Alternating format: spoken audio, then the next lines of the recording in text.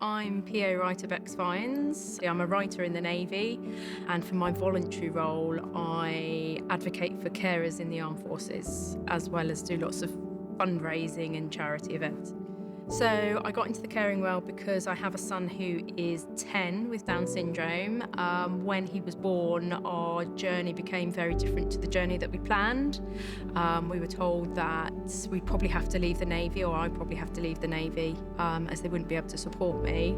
But 10 years on, we're still going. So I wanted to share that message to show that you can have a career and be a carer at the same time. It is challenging in both ways, but we can try and make it work as best we can. So when we had the diagnosis of our son having Down syndrome, I felt a bit lost, if I'm honest. Did lots of research. I spoke to lots of people, asked lots of questions, and I was very worried that I wasn't going to be able to have a career. I reached out to other people in the Navy, but there wasn't very many people around at that time who also had children that were disabled. So I wanted to create an environment where people could reach out for support, or they would know where to be signposted for that support. But at the time for me, I felt quite isolated and lonely. I had a 3-year career break, which gave me the time to concentrate on being with my son.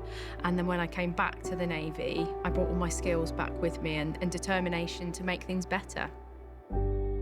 It's quite common for people not to identify as carers, I think, because they feel that it would affect their career, their promotion prospects.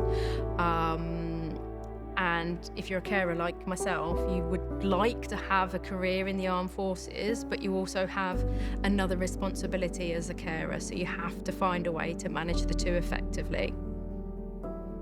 So I think the skills that I have learned as a parent definitely influence the way I am as a leader to my team in the Navy. And I will always try and use my parenting skills or parenting techniques around my team. What drives me to do the work that I do, I guess, is all down to the fact that I don't want anybody feeling isolated and lonely and not knowing where to reach out for information and support. There's so many organisations out there that can support people and they don't necessarily know about them. So I want to try and create that awareness. And how do I define duty? Well, I have a duty as a parent, first and foremost, and I have a duty to serve the King, which is what I signed up for. But I think it's to serve people. That is one of my main aims in life, and that's why I do what I do.